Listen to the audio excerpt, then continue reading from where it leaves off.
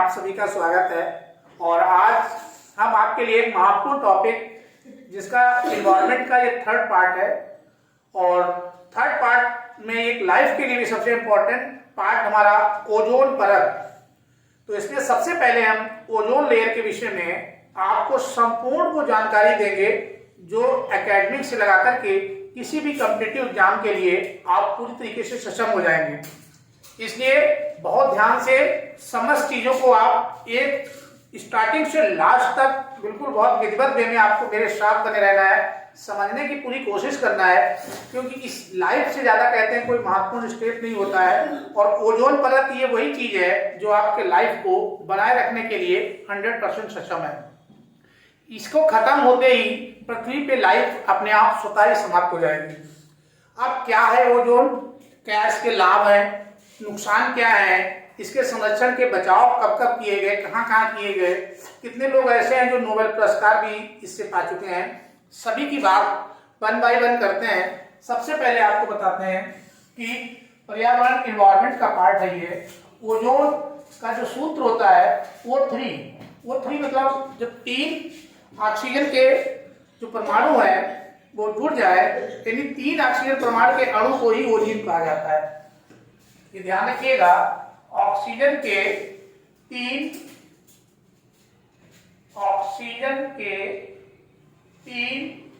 परमाणु वाले अणु का मतलब यहाँ पे मॉलिक्यूल है, मॉलिक्यूल को ओजोन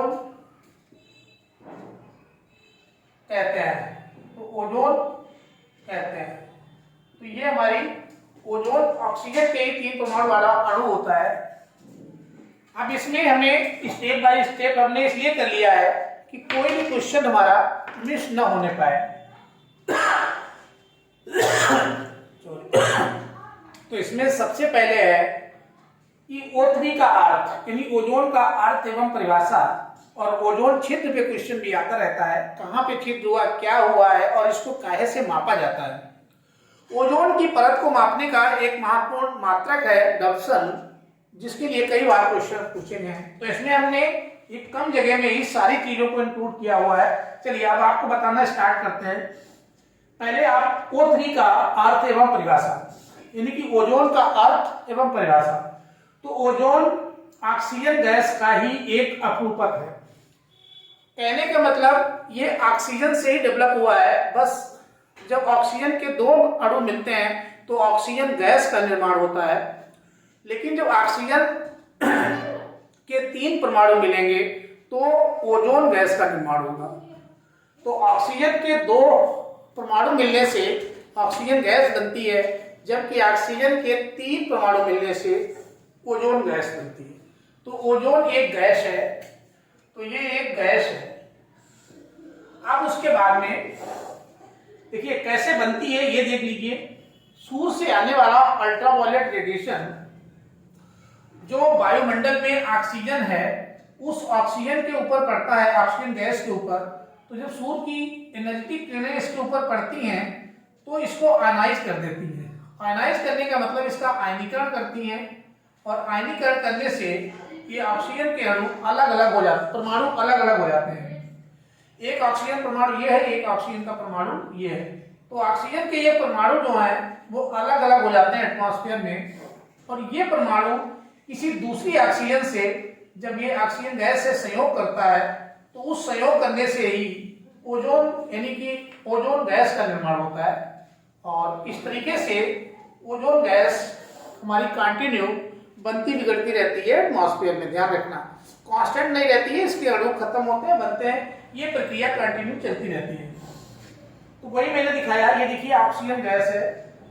तो ये ऑक्सीजन गैस है, और इस गैस, यही गैस हमारी जो है ऑक्सीजन गैस, तो जब ये ऑक्सीजन के परमाणु, ये इसका परमाणु है, इसके संपर्क में आई तो ये जुड़ गया। 2 ये थे, 1 या 3, यही हमारी बन गई ओजोन गैस।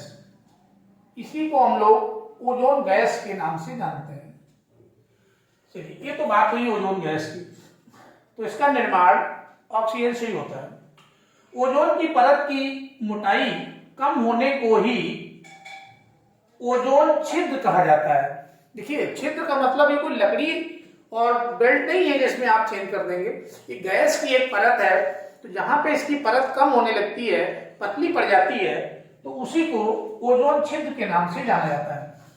नोट पॉइंट मैंने आपके लिए बना रखा है। 1985 ईस्वी में पहली बार अंटार्कटिका यानी कि साउथ पार्ट में इसकी मोटाई में कमी पाई गई, जिसे ओजोन छिद्र, ये नाम कब आया? ओजोन छिद्र का नाम 1985 ईस्वी में आया।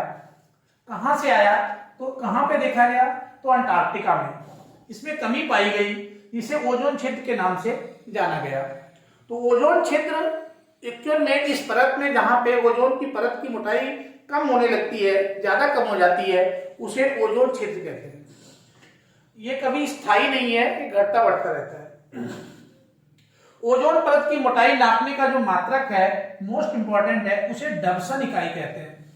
यानी इसको डबसन, ओजोन परत की मोटाई को डबसन इकाई में मापा जाता है। मापने का इसका जो मात्रक है वो डबसन है।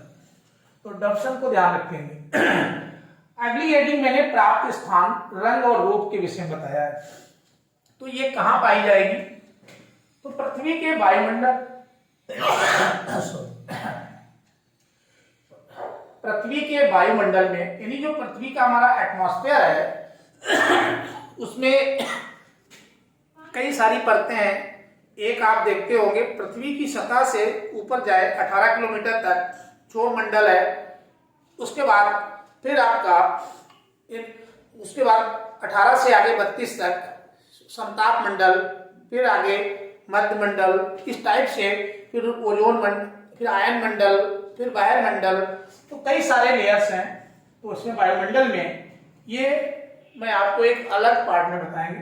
अब यहाँ पे पृथ्वी के वायुमंडल में ये अधिकतम, ये पॉइंट ध्यान रखना है, पृथ्वी की सतह से, तो पृथ्वी की सतह से अधिकतम पृथ्वी के वायुमंडल में यह पृथ्वी की सतह से, इतना आप ध्यान रखिएगा, पृथ्वी की सतह, क्योंकि दूरी मापी गई है, तो पृथ्वी की सतह से अधिकतम 60 किलोमीटर।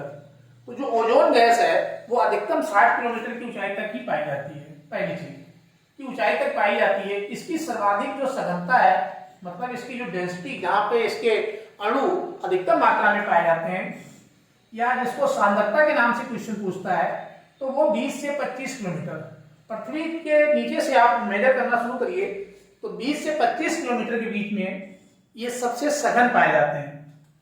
दूसरी चीज ये सघनता में पाई जाती है, ये नीले रंग की परत है, ये नीले रंग की परत बनाती है, तो इसका जो रंग होता है वो नीला कलर का होता है। 55 से 60 किलोमीटर पर भी एक सघन परत पाई जाती है, लेकिन वो उतनी सघन नहीं है जितनी यहाँ पे है।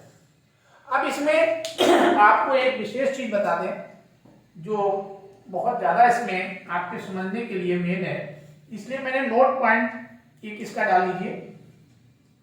तो ये देखिए, आप नोट पे आप समझ लीजिए यहाँ पे क्या समझना है। हमने कहा कि ये 20 से 25 किलोमीटर जब पृथ्वी की ऊंचाई पे जाएंगे, वहां पे सबसे अधिक मात्रा में ये रहती है। ये परत मतलब सबसे मोटी, ओजोन वहीं पे ज्यादा है। अब इस ओजोन, जहां पर ओजोन गैस की सघनता है, यानी कि 20 से 25 किलोमीटर, 20 से 25 किलोमीटर पृथ्वी की सतह से सघनता है, वहां पर यह 1 लाख गैस के परमाणु लिख लीजिए, अणु लिख लीजिए, अणु लिखते हैं, अणुओं में O3 मतलब ओजोन, O3 का मतलब ओजोन का एक अणु पाया जाता है। देखिए, तो इसी से आप समझ सकते हैं कि ये बहुत कम मात्रा में पाया जाता है। तो जहां पर ये सघनता है बहुत ज्यादा है 20 से 25 किलोमीटर के बीच में, वहां पे भी 1 लाख गैस, सारी गैस उठा लो, 1 लाख एक जगह करके, 1 लाख जहां पे गैस के परमाणु लोगे उसमें से इसका एक ही अणु मिलेगा। तो वहां पे भी इसकी देख सकते हैं कि कितना कम है, अर्थात ये बहुत रेयरेस्ट गैस है, इसकी मात्रा बहुत कम रहती है। अब इसमें इस रेयरेस्ट को आप कंफर्म करने के लिए आप ऐसे समझ सकते हैं, जैसे ये हमारी एक पृथ्वी हो गई, ये हमारी एक अर्थ है, ये इसके बीच में विषुवत रेखा हो गई, इक्वेटर जिसको आप कहते हैं, 0 अक्षांश भी बोला जाता है, भूमध्य रेखा भी कहा जाता है। अब इसके चारों तरफ यदि ओजोन गैस को पृथ्वी की सतह पे बिछा दिया जाए, चटाई की तरह बिल्कुल, तो यदि इसके ऊपर इसको बिछा दिया जाए तो मात्र 3 किलोमीटर, तो पृथ्वी की सतह पे इसको यदि बिछा दिया जाए तो मात्र 3 किलोमीटर की ही परत बन पाएगी। सोचिए, तो ये इतनी रेयरेस्ट गैस है, 3 किलोमीटर की परत ही बनाएगी हमारी पृथ्वी पे, अर्थात अजब ये जीवन की रक्षक कवच है। इसीलिए इस ओजोन परत को जो है पृथ्वी का कंबल, ब्लैंकेट ऑफ द अर्थ कहा जाता है, क्योंकि ये आने वाली अल्ट्रावायलेट रेडिएशन से हमारी रक्षा करती है। तो आप समझ गए होंगे तो ये कितनी रेयरेस्ट है। यदि पृथ्वी में बिछाएंगे तो मात्र 3 किलोमीटर की ही एक परत तैयार हो पाएगी, इसलिए इसका बचाव अति महत्वपूर्ण है, अन्यथा मानव कल्चर पूरी तरीके से नष्ट हो जाएगा, यदि पृथ्वी पे जीवन ही समाप्त हो जाएगा यदि ये हट जाए तो। अब उसके बाद में इसके लाभ क्या है, तो पृथ्वी की रक्षा सूर्य से आने वाले खतरनाक विकिरण, जो अल्ट्रावायलेट रेडिएशन है जिसे पराबैंगनी विकिरण कहते हैं, शॉर्टकट में यूवी रेडिएशन के नाम से भी जानते हैं, उनसे बचाती है। इसकी अनुपस्थित में ये विकिरण यदि पृथ्वी पे आ गए तो पूरी पृथ्वी को जला करके राख कर देंगे, क्योंकि बहुत ज्यादा एनर्जेटिक होते हैं और कई सारी बीमारियों को भी जन्म देते हैं। इसलिए ये हमारी मेन रक्षा करती है इन खतरनाक रेडिएशन से बचाने में, इसीलिए इसको पृथ्वी का कंबल कहते हैं। इसीलिए इसे पृथ्वी का कंबल ब्लैंकेट ऑफ द अर्थ कहा जाता है, इसीलिए इसे पृथ्वी का कंबल कहा जाता है। तो इसे पृथ्वी का कंबल ऐसे भी कहते हैं, ब्लैंकेट ऑफ द अर्थ, क्योंकि जीवन कवच है ये हमारा। ये ओजोन लेयर जो है एक जीवन कवच का काम करती है। अब उसके बाद में इससे होने वाली हानियां, कौन कौन सी हानियां हैं, यदि ये मान लो न रहे, ये कम हो जाए तो विभिन्न प्रकार की त्वचा संबंधी जो रोग है, जैसे कैंसर जैसी भयानक व्याधि रोग पैदा करती है। और देखिए, त्वचा कैंसर इसी की वजह से जनरेट होते हैं। हरित प्रभाव, ग्रीन हाउस इफेक्ट, इसी के कारण से जन्म होता है। अम्ल वर्षा, एसिड रेनफॉल, जिसकी वजह से हमारी छतें और ताजमहल तक का कलर चेंज हो रहा है, वो इसी की वजह से नुकसान होता है। मेन है रोग प्रतिरोधक क्षमता, यानी जो हमारी बॉडी की इम्यूनिटी पावर है, बॉडी का जो रक्षा तंत्र है, वही पुअर हो जाएगा, वो बहुत कमजोर हो जाएगा, तो उसी में कमी आ जाएगी। अब जब उसमें कमी आ जाएगी तो एक तरीके से एड्स जैसा बिहेव करेगा हमारी बॉडी, तो श्वसन पे बहुत बुरा प्रभाव पड़ेगा। छोटे छोटे जंतु जो हैं वो पृथ्वी में पूरी तरीके से समाप्त हो जाएंगे। तो जो छोटे छोटे जंतु समाप्त हो जाएंगे तो हमारी जो फूड सीरीज है, खाद्य श्रृंखला है, या हमारा जो खाद्य जाल है, ये डिस्टर्ब हो जाएगा। उसके बाद पारिस्थितिकी में जो व्यापक असंतुलन पैदा हो जाएगा, पारितंत्र, हमारा जो इकोसिस्टम है वो डैमेज हो जाएगा, इससे इकाई नष्ट होने लगेगी, तो इसका खतरा तमाम पैदा हो जाएगा। इसलिए ओजोन गैस जो है, इसकी परत को बनाए रखना हमारे लिए एक महत्वपूर्ण है। तो इससे हानियां आप देख सकते हैं, ये मेन मैंने लिस्टेड किया है, बाकी और भी बहुत सारी हैं। तो एक तो हमारे बॉडी का इम्यूनिटी सिस्टम बर्बाद होगा, दूसरे हमारे अर्थ का इम्यूनिटी पावर भी चला जाएगा। अब उसके बाद में चलिए ठीक की तरफ जा दिया। अब देखते हैं जब इतनी इसकी आवश्यकता है तो इसको बचाने के लिए राष्ट्रीय और अंतर्राष्ट्रीय स्तर पे क्या क्या प्रयास किए गए हैं, उनसे संबंधित क्वेश्चन आपसे अक्सर पूछ लिए जाते हैं। उसमें हमने बहुत खास चीजों को बिल्कुल जड़ से लेके चले हैं, कहाँ से शुरुआत हुई थी। एक वैज्ञानिक आते हैं, नाम था उनका पाउल ट्रुटजेन, अमेरिकन है ये, अमेरिकन विद्यालय स्टॉकहोम विश्वविद्यालय के प्रोफेसर भी थे। तो 1970 ईस्वी में इन्होंने पहली बार बताया था। NO का मतलब यहाँ पे नाइट्रोजन के ऑक्साइड। सबसे पहले इन्होंने बताया पाउल ट्रुटजेन ने 1970 और इन्होंने कहा कि जो नाइट्रोजन के ऑक्साइड हैं वो हमारी ओजोन परत को खत्म कर रहे हैं, उससे हमारी ओजोन परत का क्षरण हो रहा है, अर्थात उसमें कमी हो रही है। ये पहली बार बताने वाले पहले व्यक्ति हैं जिससे हमारी ओजोन परत का कुछ खतरा है। इसके बाद में एक और नाम वैज्ञानिक आते हैं, परियोजना विश्वविद्यालय के भौतिक शास्त्री थे, ये फिजिक्स के साइंटिस्ट थे, मैकडोनाल्ड ने अपनी थीसिस में और अपने स्टेट में लिखा और बताया कि ओजोन परत के क्षरण से वनस्पति एवं जीव जंतु दोनों को खतरा है। ये बताने वाले पहले व्यक्ति हैं कि एक तो वनस्पति यानी कि बॉटनी, दूसरे जीव जंतु दोनों को खतरा है बताने वाले प्रथम व्यक्ति ये मैकडोनाल्ड पहले व्यक्ति हैं जिन्होंने ये बताया कि यदि ओजोन परत गई तो वनस्पति भी जाएगी, साथ में जीवधारी भी चले जाएंगे, तो दोनों के लिए ही बहुत खतरनाक है।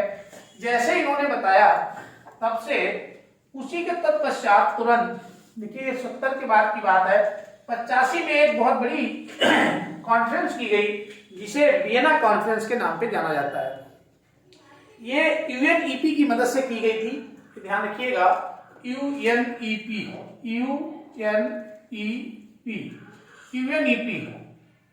संयुक्त राष्ट्र, देखिए यूनाइटेड नेशन एनवायरमेंटल प्रोग्राम, तो संयुक्त राष्ट्र पर्यावरण कार्यक्रम जिसकी घोषणा 1972 के अधिवेशन में की गई थी, उसमें एक प्रोग्राम रखा गया वियना कन्वेंशन। तो जगह है वियना, वहां पे कन्वेंशन हुआ, ये स्पेशली ओजोन परत के लिए हुआ था।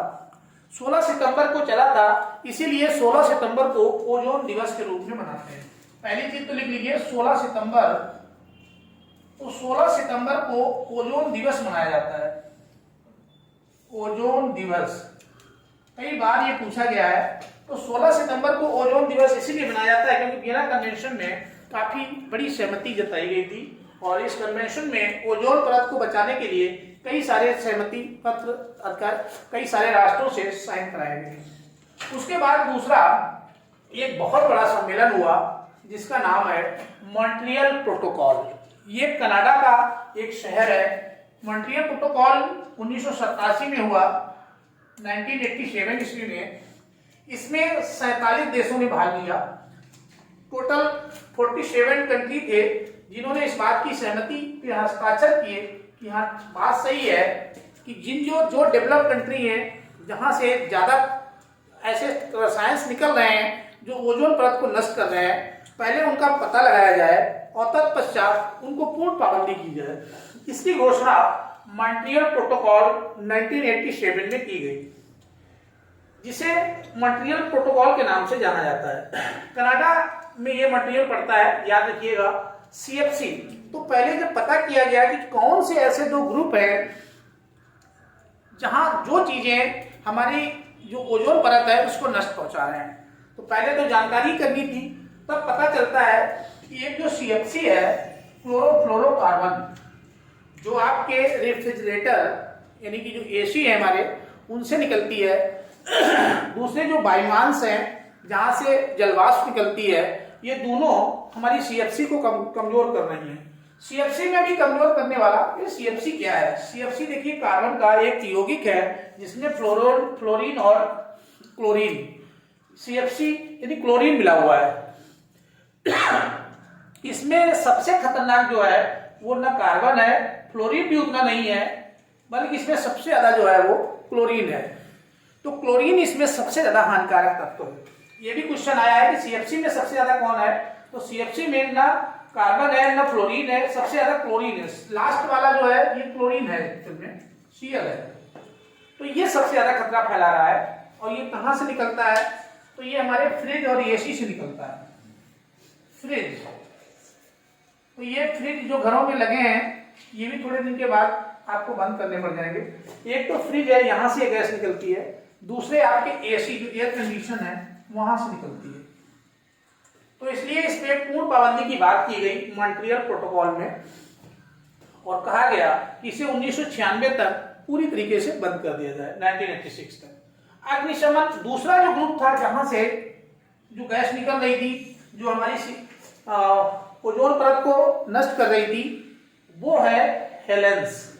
हेलेंस अग्निशमन यंत्र होते हैं, आग बुताने वाले यंत्र, जो आग को बुताते हैं उनमें प्रयोग की जाती है, इसीलिए उन्हें अग्निशमन यंत्र कहते हैं।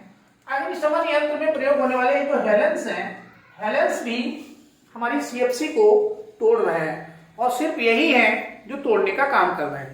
तो एक तो सीएफसी और दूसरे हेलेंस, इनके लिए मॉन्ट्रियल प्रोटोकॉल 1987 में कहा गया कि 1996 तक इसे पूरी तरीके से बंद कर दिया जाए। तो ये था हमारे ओजोन से संबंधित अभी तक पूछे जाने वाले। अब इसमें एक और है जो नोबेल पुरस्कार पाए हैं, उसको हम आपको यहाँ पे बता दे रहे हैं, ध्यान कर लीजिएगा। इस सब काम में जिन्होंने सक्रिय सहयोग दिया 1995 में उन्हें नोबेल पुरस्कार से सम्मानित किया गया। कारण यही था कि 1996 तक इसे पूरी तरीके से बंद करना था, और 96 के ठीक पहले आता है 95। तो 1995 ईस्वी में दो महान व्यक्तियों को इसी बात के लिए, जिन्होंने इसको कंट्रोल किया, इसको सीएफसी जो फ्रिज और एसी से निकलती है, जो हमारे ओजोन परत को नष्ट कर रही है, दूसरी जो अग्निशमन यंत्र है, यहाँ से जो हेलेंस निकल रहे हैं वो जो नष्ट कर रहे हैं, इनको कंट्रोल करने के लिए नाम था इनका मारियो मोलिना। एक इसमें है मारियो मोलिना। तो मारियो मोलिना ने, सही से लिखिएगा इसको क्योंकि ये नोबेल पुरस्कार पाया 1995 में। पहले है मारियो मोलिना, तो एक तो मारियो मोलिना है, दूसरे इसमें इनके साथ में जो थे वो है आपके शेरवुड,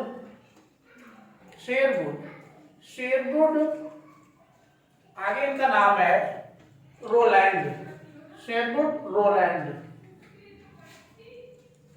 तो शेरवुड रोलैंड ये दो व्यक्ति हैं जिनको 1995 में 1995 ईस्वी में नोबेल पुरस्कार से सम्मानित किया गया। नोबेल पुरस्कार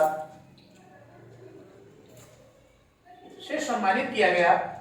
दुनिया का सबसे बड़ा ये पुरस्कार है। ओजोन परत के संरक्षण के बचाव के लिए 1995 में इनको यही जो कनाडा का जो मॉन्ट्रियल कॉन्फ्रेंस प्रोटोकॉल हुआ था, उसके लिए इन्होंने सबसे ज्यादा मेहनत की और 1995 का नोबेल पुरस्कार प्राप्त किए।